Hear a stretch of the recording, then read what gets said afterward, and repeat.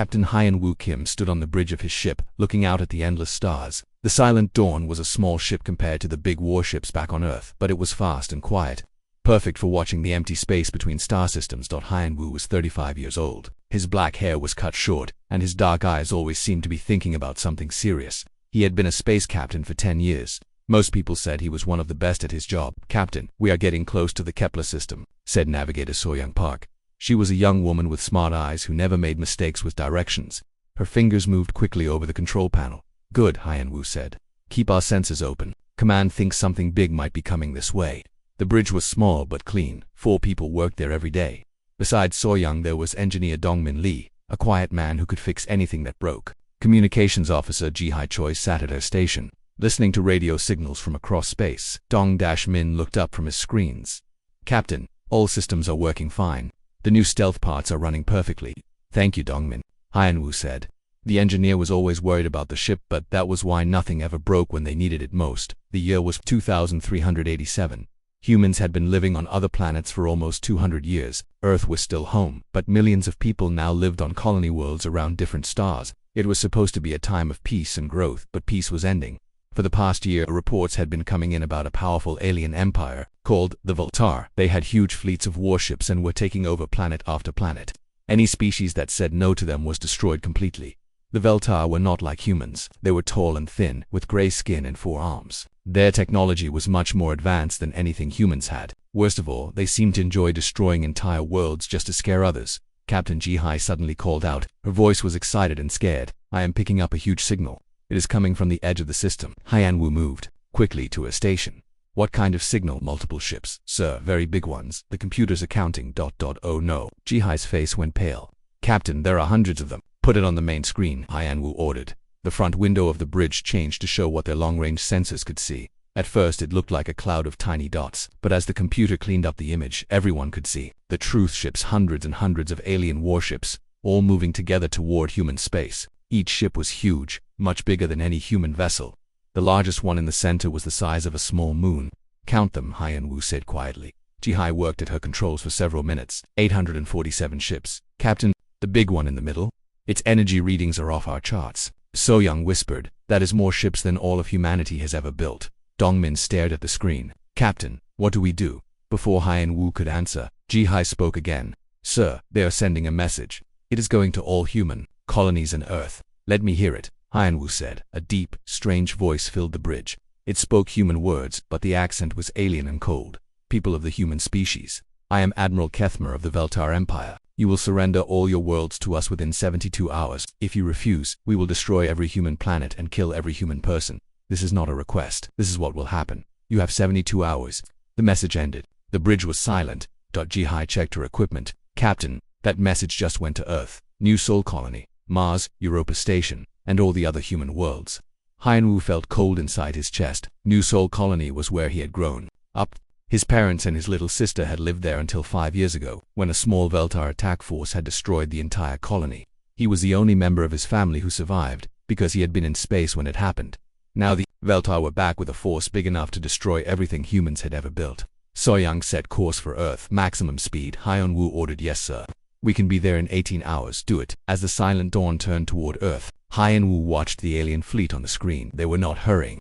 They knew humans could not fight them. They were taking their time, like hunters who had cornered their prey. 18 hours later, the Silent Dawn arrived at Earth. The planet looked the same as always. Blue oceans, white clouds, brown and green land.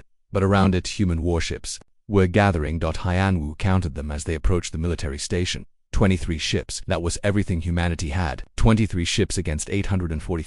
"Captain Kim, report to the emergency meeting immediately," came a message from Earth Command. The meeting was held in a big room deep under the ground.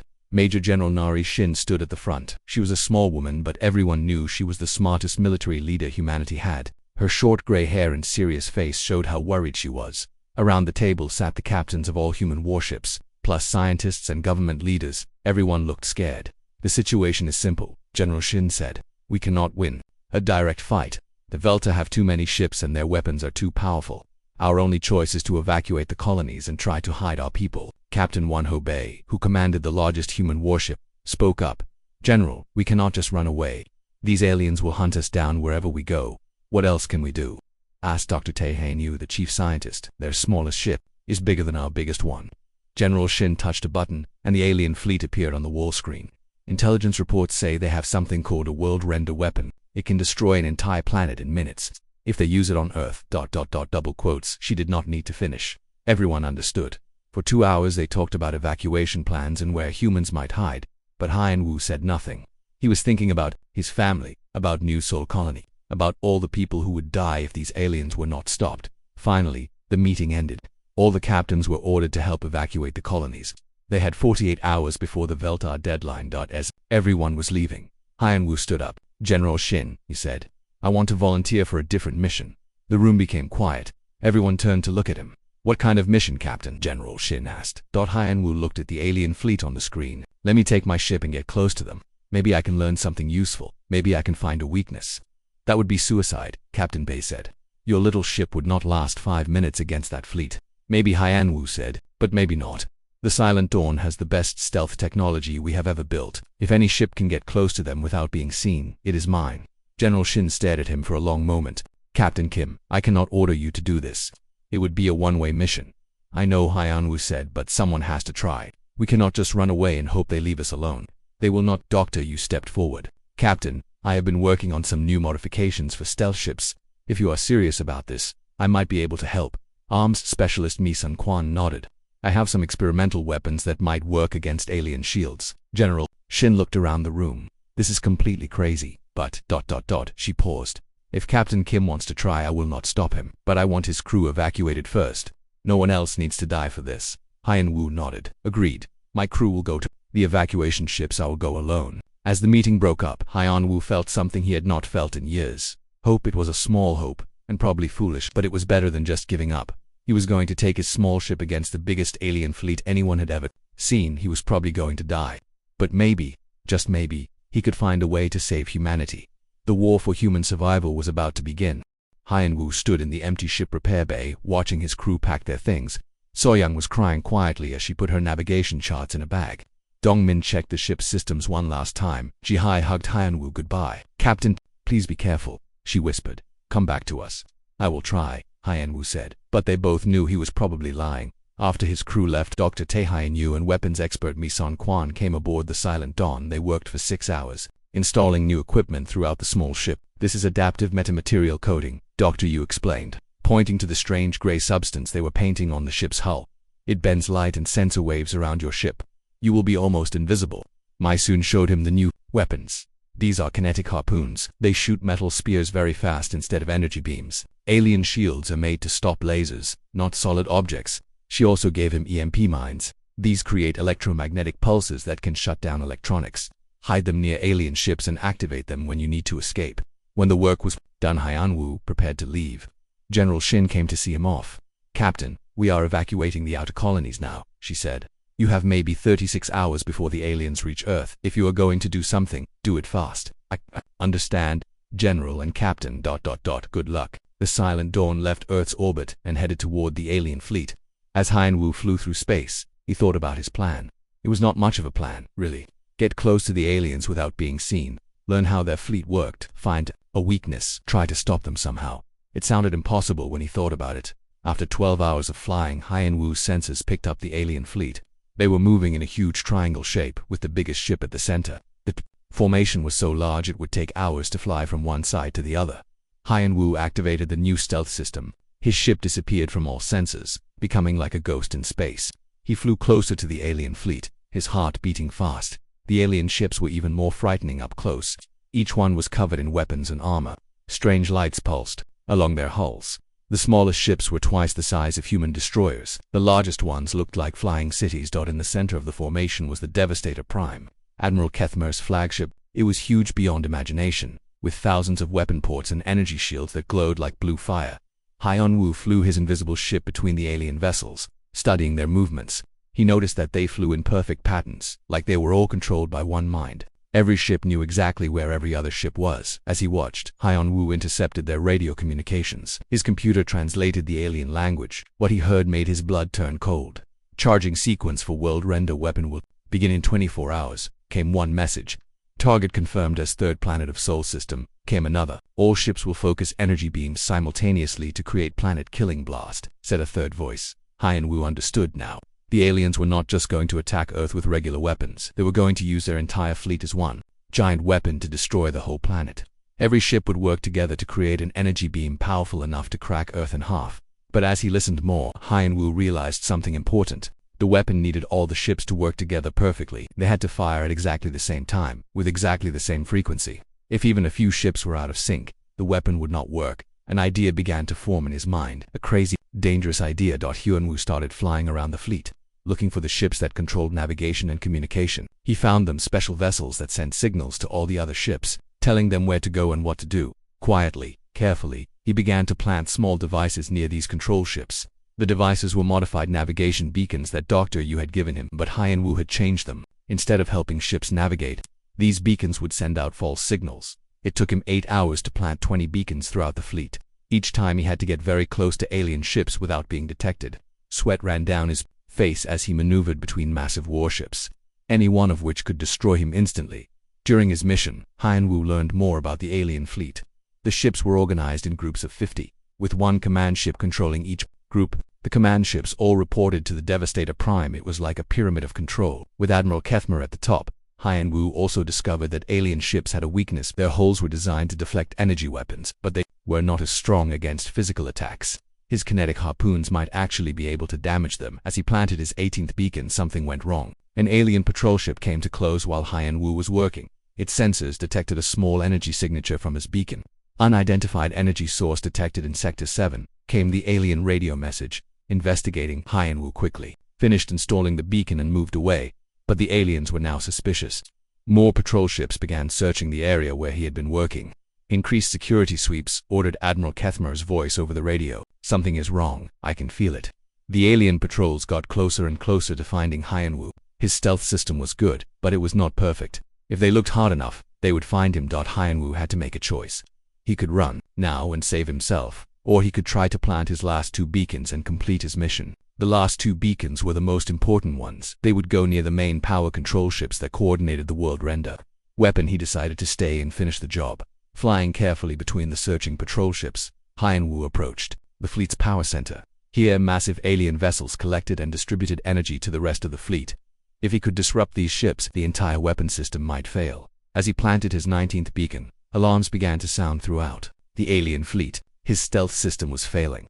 The aliens were detecting small traces of his ship's presence. Ghost contact in the power sector. Came an excited alien voice. It appears and disappears. Orders requested. All ships, maximum alert. Admiral Kethmer commanded, something is in our fleet. Find it and destroy it. Hundreds of alien ships began converging on Hyan Wu's location. Energy beams lit up space as they fired at shadows and sensor ghosts. Hyan Wu flew desperately between the massive vessels, trying to stay hidden. He reached the location for his final beacon. It was the most dangerous spot in the entire fleet, right next to the main power distribution ship, surrounded by the heaviest defenses. As Hyan Wu began to install the last beacon, his stealth system finally failed completely. Suddenly, every alien ship in the fleet could see the small human vessel. Human ship detected. Came the shout over alien communications. Repeat, human ship in our fleet. Energy beams erupted from dozens of alien ships, all aimed at the Silent Dawn. Hyan Wu's ship shook as near misses heated its hull. One direct hit would destroy him instantly. But in that moment of chaos, Hyan Wu finished installing his final beacon. All 20 devices were now in place throughout the alien fleet, ready to create confusion in their navigation and communication systems. Got you, he whispered, activating his ship's engines and racing away from the alien fire.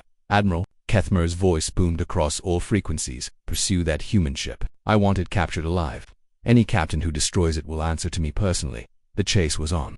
Hyan Wu had planted his devices, but now he had to survive long enough to use them. Behind him, dozens of alien ships gave pursuit their weapons, lighting up the darkness of space. The real battle was about to begin.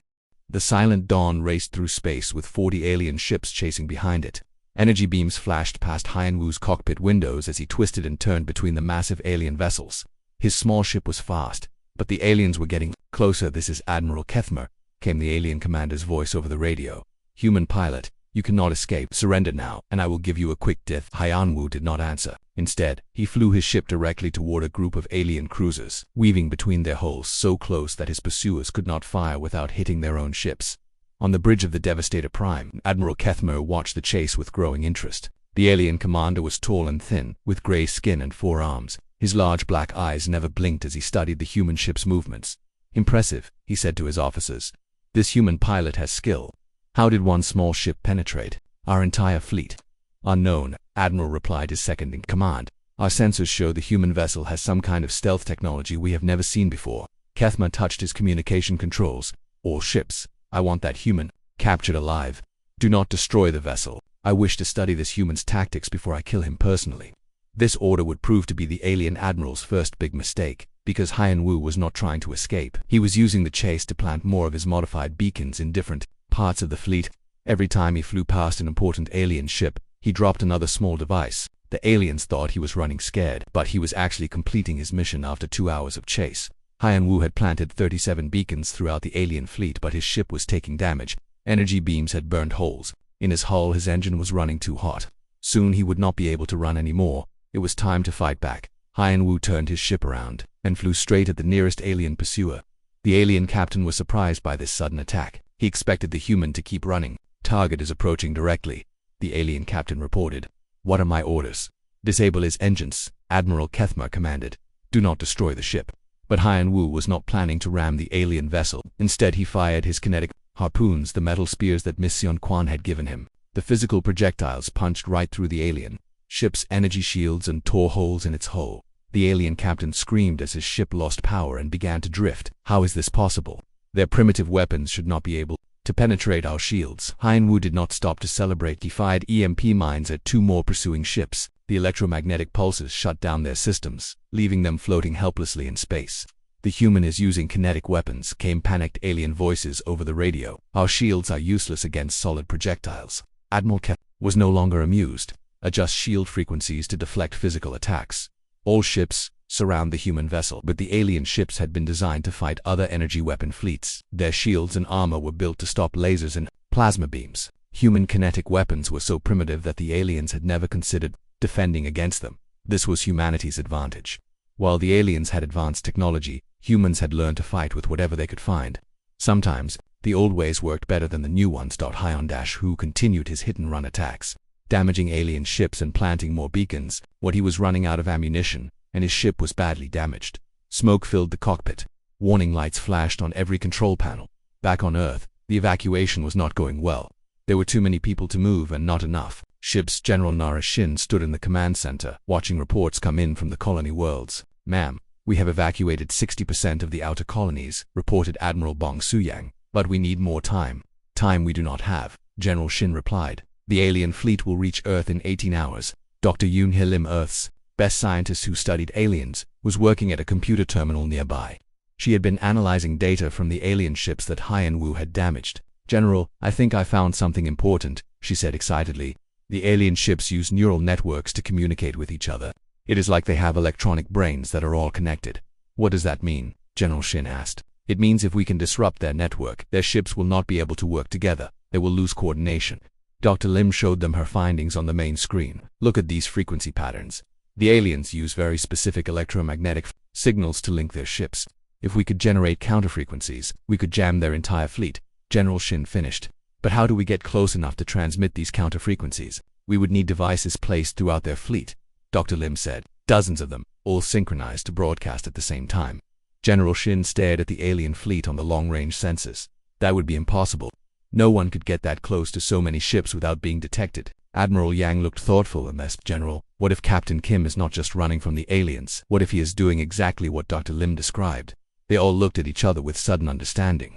"Get me a communication link to the Silent Dawn," General Shin ordered. "If Captain Kim is still alive, we need to help him." In space, Hyan Wu was fighting for his life. His ship had taken heavy damage. An alien vessel surrounded him on all sides. But he had accomplished something no one thought possible. He had planted beacon devices throughout the enemy fleet without them realizing it. His radio crackled to life. "Captain Kim, this is General Shin. Can you hear me?" "I hear you," General Hyan Wu replied, dodging another energy beam. "But I am a little busy right now."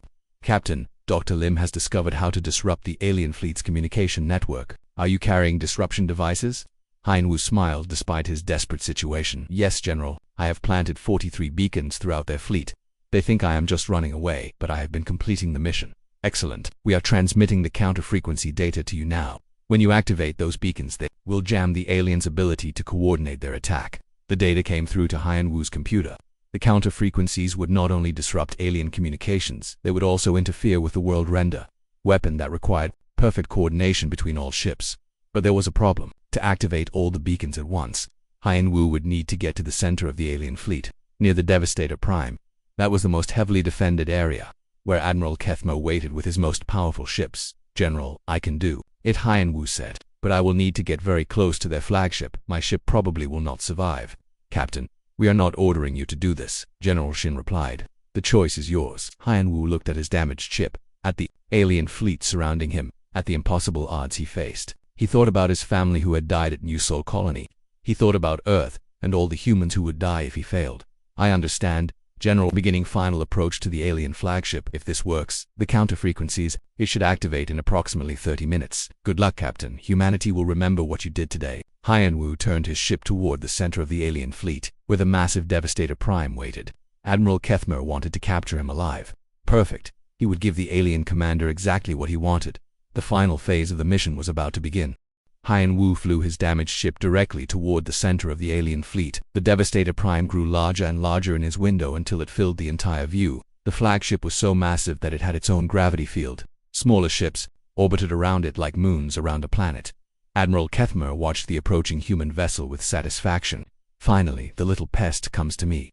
Prepare the capture beam. I want this human brought aboard alive." But as Hyan Wu got closer to the flagship, he suddenly changed direction. Instead of flying straight into the trap, he dove beneath the Devastator Prime and headed for the power core ships that surrounded it. These were special vessels that collected energy from all the other ships in the fleet. When the world render weapon fired, these power cores would focus all that energy into one devastating beam. They were the heart of the alien weapon system. "What is he doing?" Admiral Kethmer demanded. "All ships, pursue the human. Do not let him near the power cores." But Hyan Wu had planned this move carefully. The area around the power cores was filled with dangerous radiation from the massive energy collectors. The aliens had reduced their patrols here because they thought no living creature could survive in such conditions. They were wrong about humans. Hyan Wu's ship flew into the radiation zone, its hull glowing from the intense energy. The radiation was killing him slowly, but he ignored the pain and kept flying. He had work to finish. Behind him, alien pursuit ships stopped at the edge of the radiation field. Their pilots refused to follow him into the deadly zone. "Admiral, the human has entered the power core sector," reported one captain. "The radiation levels are lethal. No one can survive in there for more than a few minutes." Admiral Kethmer was confused and angry. "This makes no sense. Why would he fly into certain death? What is he trying to accomplish?" The alien commander did not understand human determination. To Kethmer's logical mind, choosing death over capture was irrational. But humans were not always logical, especially when they were fighting for something important. In the radiation zone, Hyan Wu planted his final beacons near the power core ships. Each beacon was synchronized with all the others throughout the fleet. When activated, they would create chaos in the alien communication network. His ship's hull was melting from the radiation. His control panels were failing. Blood ran from his nose as the deadly energy cooked his body from the inside. But he kept working, installing beacon after beacon. On Earth, Dr. Lim was monitoring the beacon signals. "General, Captain Kim has planted 57 devices throughout the alien fleet. That should be enough to completely disrupt their coordination. How long until he can activate them?" General Shin asked. Engineer Sioka Jinhan looked up from his calculations. "According to my computer models, the beacons need 12 more minutes to synchronize with each other. Then Captain Kim can trigger them all at once." Admiral Yang was watching the alien fleet through long-range sensors. The aliens are starting to charge their world render weapon. Energy levels are building throughout their fleet. General Shin felt a chill. "How long until they can fire?" 15 minutes, Yang replied grimly. It was going to be very close. In the radiation zone, Hyan Wu was dying. His vision was blurry, and his hands shook as he worked. The ship's life support had failed. He was breathing poisoned air and the skin was burning from radiation exposure. But he was almost finished. Just 3 more beacons to install. Admiral Kethmer was growing impatient. "Begin final charging sequence for world render weapon. When the energy reaches full power, we will destroy the human homeworld." "But Admiral, the human ship is still in our fleet," his second-in-command warned. "One small vessel cannot threaten us," Kethmer replied. "Besides, he will be dead from radiation in a few minutes. Then we can collect his body and study human anatomy." The alien commander's arrogance would be his downfall. Throughout the fleet, massive energy collectors began to glow brighter. The world render weapon was charging up, preparing to fire a beam that would crack Earth like an egg. Every ship in the armada fed power into the system. but the weapon required perfect timing. All 847 ships had to fire at exactly the same moment, with their energy beams perfectly synchronized. Even a small error would cause the weapon to fail. Hyan-Woo installed his 59th beacon and collapsed against his control panel. His body was shutting down from radiation poisoning. He had maybe 2 minutes left to live, but his work was done. All the beacons were in place and synchronized. With trembling fingers, he reached for the activation switch. "Computer, how long until the beacons are ready?" he whispered. "Synchronization complete." The computer replied, "All beacons ready for activation." Hyan-Woo looked at the activation switch. Once he pressed it, the beacons would begin broadcasting counter-frequencies throughout the alien fleet. The aliens' coordination would be destroyed, and their world render weapon would fail, but he would not live to see it happen. "This is for my family," he said quietly, "and for everyone on Earth." He pressed the switch. Instantly, all 59 beacons throughout the alien fleet began broadcasting. The counter-frequencies spread through the aliens' communication network like a virus, corrupting their coordination signals. On the Devastator Prime, Admiral Kethmer's control panels began showing error messages. "What is happening?" he demanded. "Sir, we are receiving conflicting signals from throughout the fleet," his communication officer reported in panic. "Ships are reporting navigation errors, weapon malfunctions, coordination failures. The beacons were designed to mimic alien communication signals, but with slight errors that created chaos. Ship computers received contradictory orders. Navigation systems gave conflicting directions. Weapon targeting systems locked onto friendly vessels. Find the source of this interference," Kethmer shouted, and continued charging the world render weapon, but it was too late. The weapon required perfect coordination between all ships, and coordination was exactly what the beacons were destroying. Energy readings fluctuated wildly as ship after ship fell out of sync with the main system. In his dying ship, Hyan-Woo watched the chaos begin. Alien vessels started drifting out of formation as their navigation systems failed. Warning lights flashed on ships throughout the fleet as their computers received corrupted data. The counter-frequencies were working even better than Dr. Lim had predicted. The aliens had built their fleet to work as one giant machine, but that made them vulnerable when the machine broke down. Hyan-Woo's ship finally lost all power and began to drift. His body was broken by radiation, but his mind was clear enough to see what he had accomplished. The mighty alien armada was starting to tear itself apart. Admiral Kethmer realized the danger too late. "Emergency shutdown of world render weapon," he ordered. "Return to defensive positions." But the beacons had corrupted too many systems. Ships that tried to power down their weapons instead began firing randomly. Vessels attempting to move to new positions collided with their neighbors. The perfect alien formation dissolved into chaos. And in the center of it all, the massive energy build-up for the world render weapon had nowhere to go. With the fleet's coordination destroyed, the weapon began to feed back on itself. Hyan-Woo smiled as his vision faded. He had done the impossible. One human against an entire alien empire, and he was winning. The explosion was about to begin. The first explosion came from a power core ship near the center of the fleet. The massive energy collector, confused by corrupted signals, tried to discharge its power in 3 different directions at once. The ship tore itself apart in a flash of white light. Admiral Kethmer watched in horror as more explosions began throughout his fleet. "What is happening to my ships?" he screamed. "Admiral, the humans' interference has corrupted our entire network," his communication officer reported. "Ships are receiving contradictory orders. Weapons are targeting friendly vessels. Navigation systems are sending ships into collision courses." The beacons that Hyan-Woo had planted were working perfectly. They mimicked alien communication signals, but with small errors that created chaos. A ship told to turn left would receive signals telling it to turn right. A weapon ordered to power down would instead begin charging up. Throughout the fleet, alien captains panicked as their ships stopped obeying orders. Vessels that had worked together for years suddenly became enemies, their corrupted computers identifying friendly ships as threats. "Ship 779 is firing on Ship 71, came one frantic report. "Navigation failure in the North Wing, ships are colliding," came another. "Power core overload in Sector 12. Evacuate immediately." Admiral Kethmer tried to regain control. All ships switched to manual control. Ignore the automated systems. But it was too late. The aliens had become too dependent on their advanced technology. Most of their ships could barely function without computer assistance. When the computers turned against them, the crews were helpless. In the radiation zone, Hyan-Woo's ship drifted powerless among the burning wreckage of alien vessels. His body was dying from radiation poisoning, but he was still conscious enough to watch the destruction he had caused. The world render weapon, designed to destroy planets, was now destroying the fleet that built it. The massive energy buildup had nowhere to go with the fleet's coordination shattered. Instead of focusing on Earth, the energy was feeding back through the alien ships. Power core after power core exploded as they tried to handle energy loads they were never designed for. The explosions created chain reactions, causing nearby ships to lose power or crash into each other. On Earth, General Shin and her staff watched the alien fleet through long-range sensors. What they saw was unbelievable. "General, the alien formation is collapsing," Admiral Yang reported with amazement. "Ships are exploding throughout their fleet. They are attacking each other." Dr. Lim was studying the sensor readings carefully. "The beacon network is working better than we hoped. The aliens' own coordination system has become their weakness." "What about Captain Kim?"